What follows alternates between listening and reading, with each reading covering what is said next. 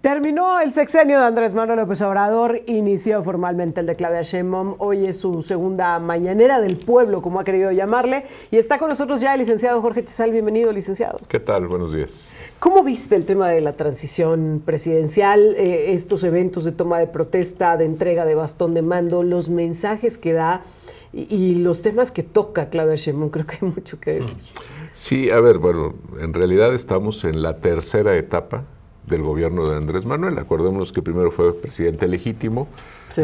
Luego fue presidente constitucional y ahora es presidente en retiro aparente, ¿no? Presidente en retiro. Presidente en retiro. Que por cierto dijo que se iba a su rancho y siempre no, se que vaya a la Ciudad de México. Sí, pero fíjate, a ver, varias cosas. A mí me parece que hay no tanto una transición, y sí quiero ser muy claro, y ya dejando la parte de la broma de fuera de esto, no hay una transición realmente porque estamos en las mismas condiciones que el país venía ya de los últimos meses, con una mayoría calificada en el Congreso, etcétera, etcétera, y entonces realmente esta transición ya se venía dando, pero no es una transición que se complete porque el señor López se queda en la Ciudad de México, porque ha generado mucha indignación en un sector de la oposición el que le haya dedicado casi 7 minutos a alabar a la figura del señor López, pero también hay que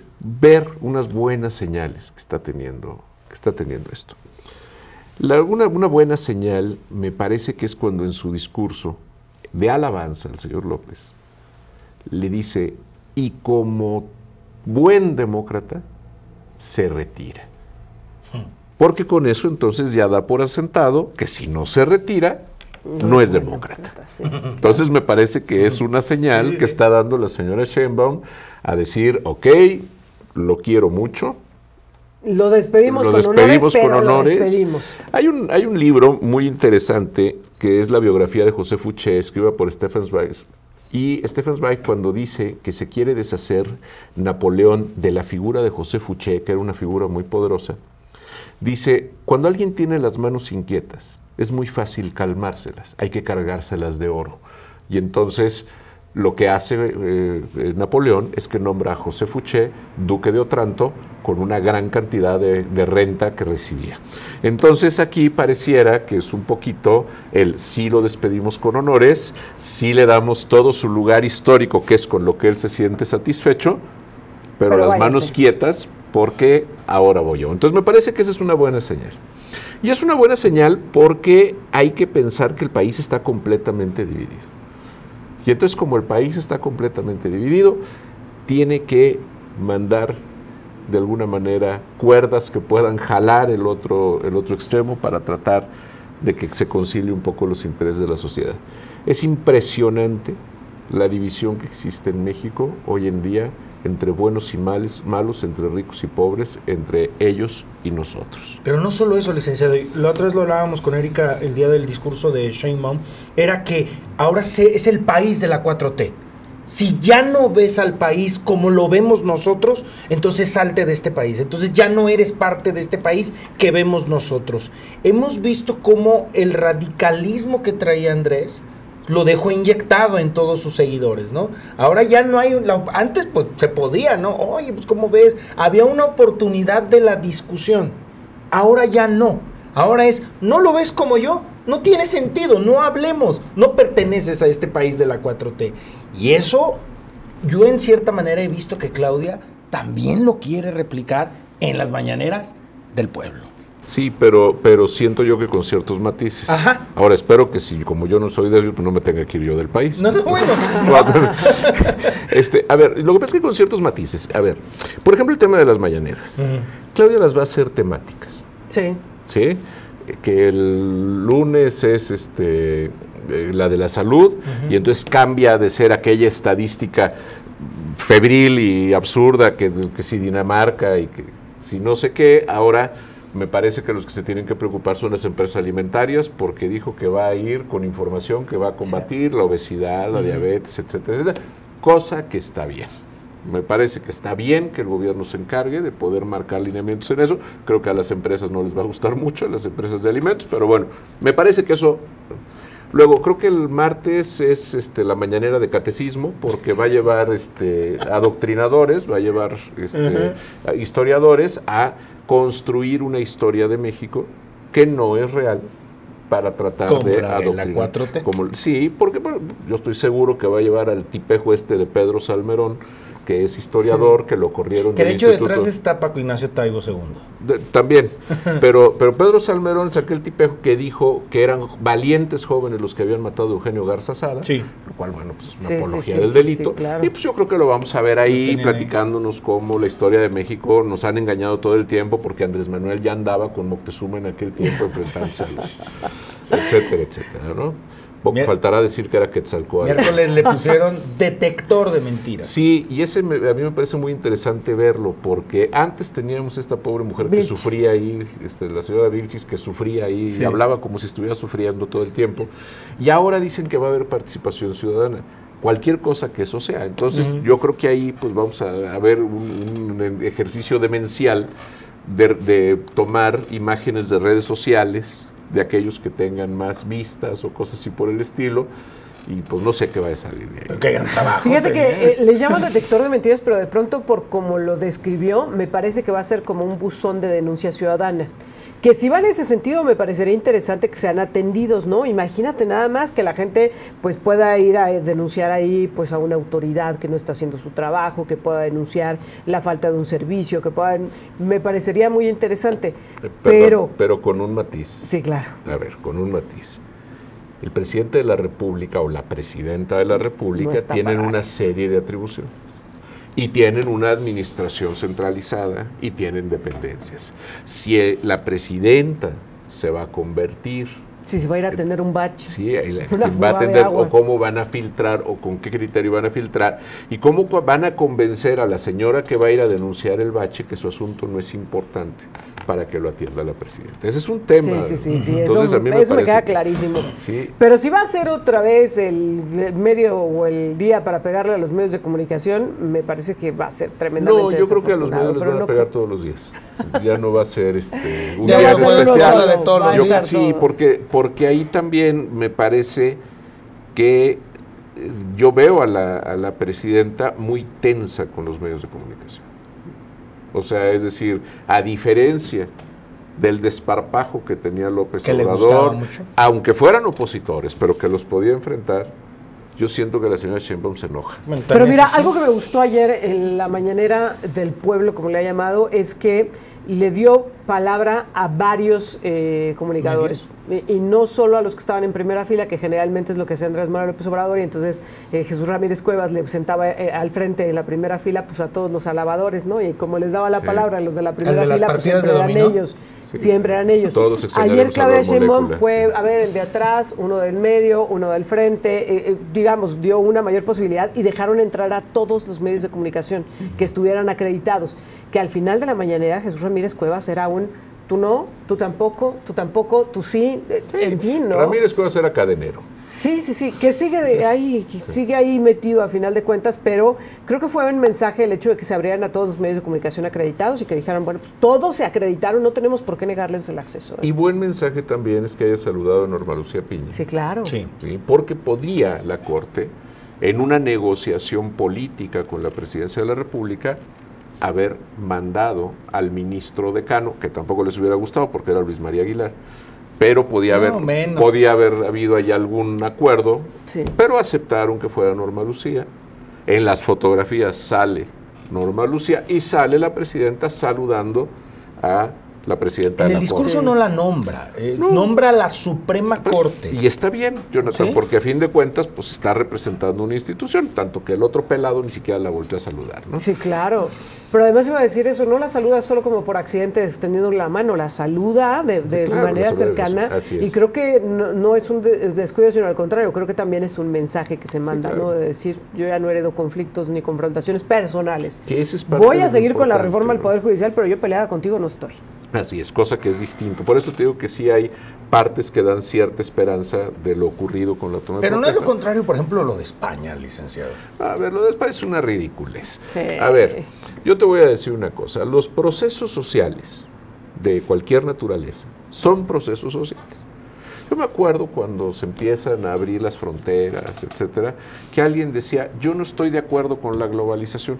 O sea, a la globalización le importa muy poco. ¿Por qué? Porque es un fenómeno social. Claro. Es decir, se van dando las transiciones conforme va pasando el tiempo. Porque es lo natural. Si ahorita nosotros le preguntáramos a nuestros abuelos, ¿qué opinan del divorcio? Pues, posiblemente los satanizarían. Y sin embargo, ahorita hemos transitado de los 60s para acá, a donde incluso puede haber un divorcio sin causa. Entonces, ¿por qué? Porque son procesos sociales. Bueno, la historia es también un proceso social. Entonces, tendría México que exigirle disculpas a España porque España lo conquistó.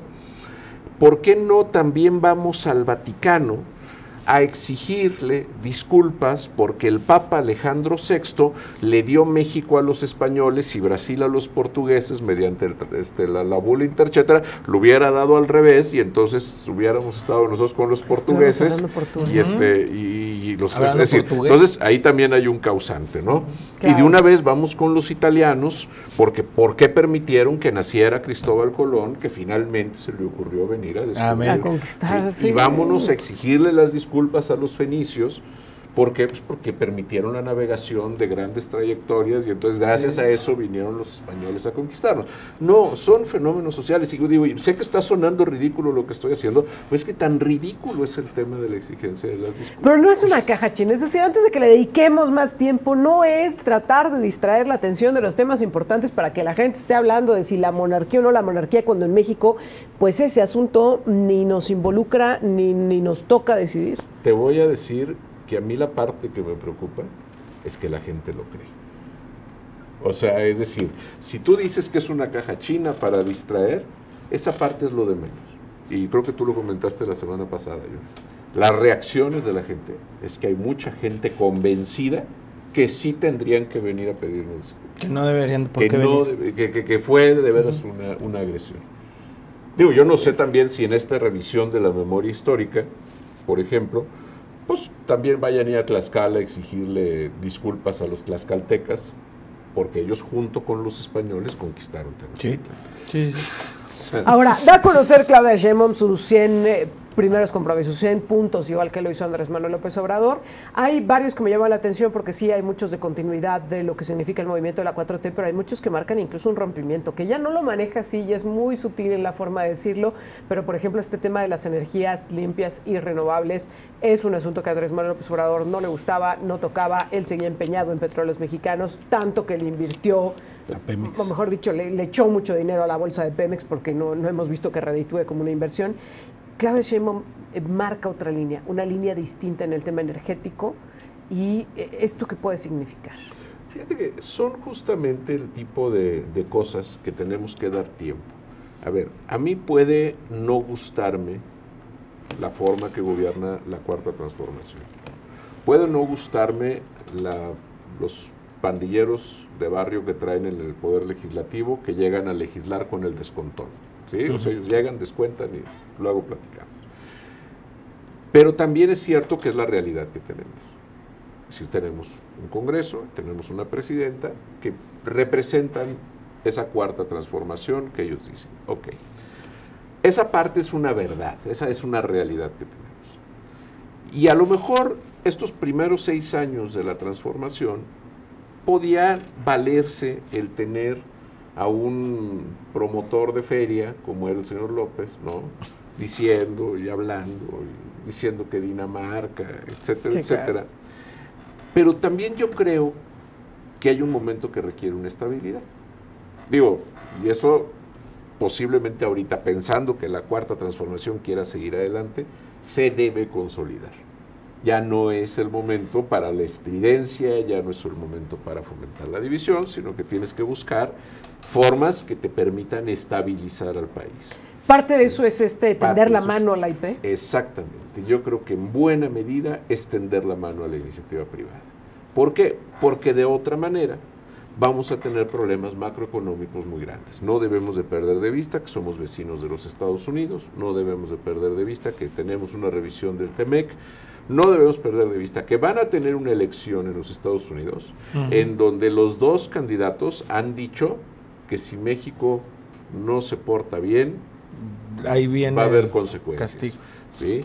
Y me parece que incluso esto pasa por declaraciones. Hay una declaración de Kamala Harris cuando apenas se anuncia su candidatura, que algo le preguntan de México y dice: yo no tengo problema, yo he sido fiscal y sé tratar con la delincuencia organizada. Sí lo soltó.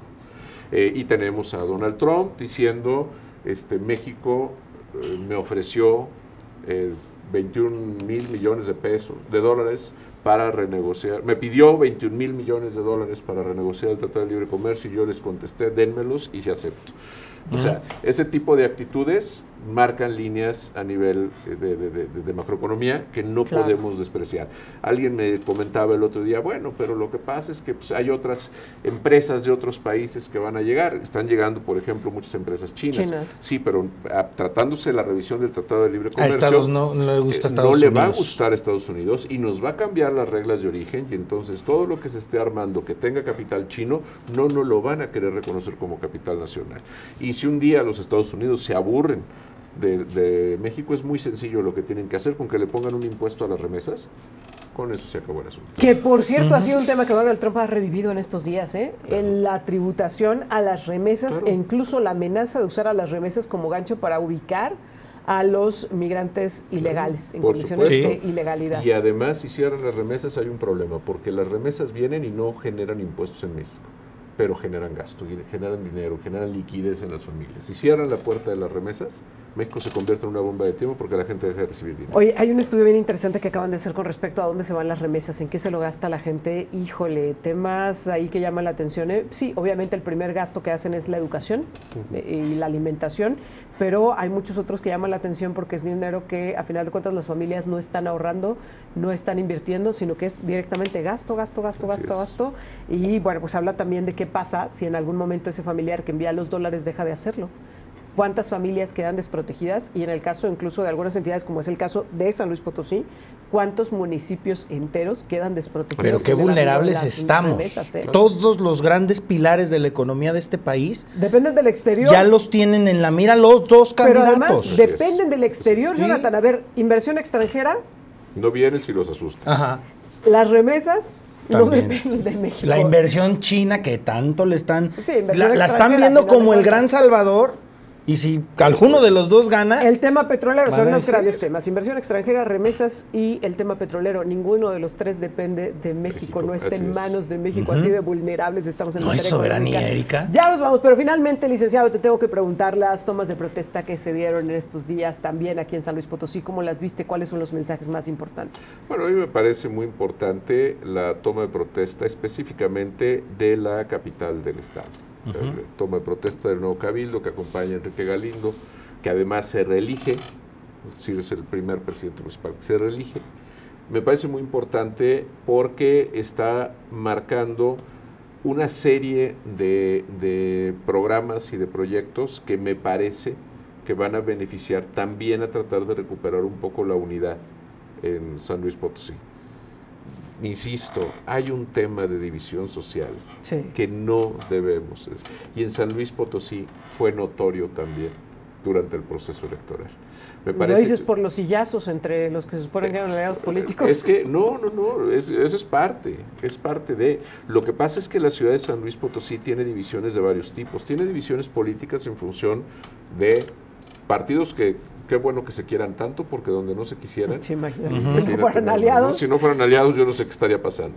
Pero también divisiones sociales y divisiones económicas, y divisiones que cada vez son más marcadas, y que me parece que el concepto que el presidente Galindo plantea de una ciudad amable, es decir, como algo que es susceptible de ser querido, como es algo susceptible de ser amado, me parece que puede ser un llamado a la unidad muy interesante. Licenciado Jorge Chazal, como siempre, muchas gracias. Contrario, gracias. Hasta la próxima semana. Vamos a la pausa.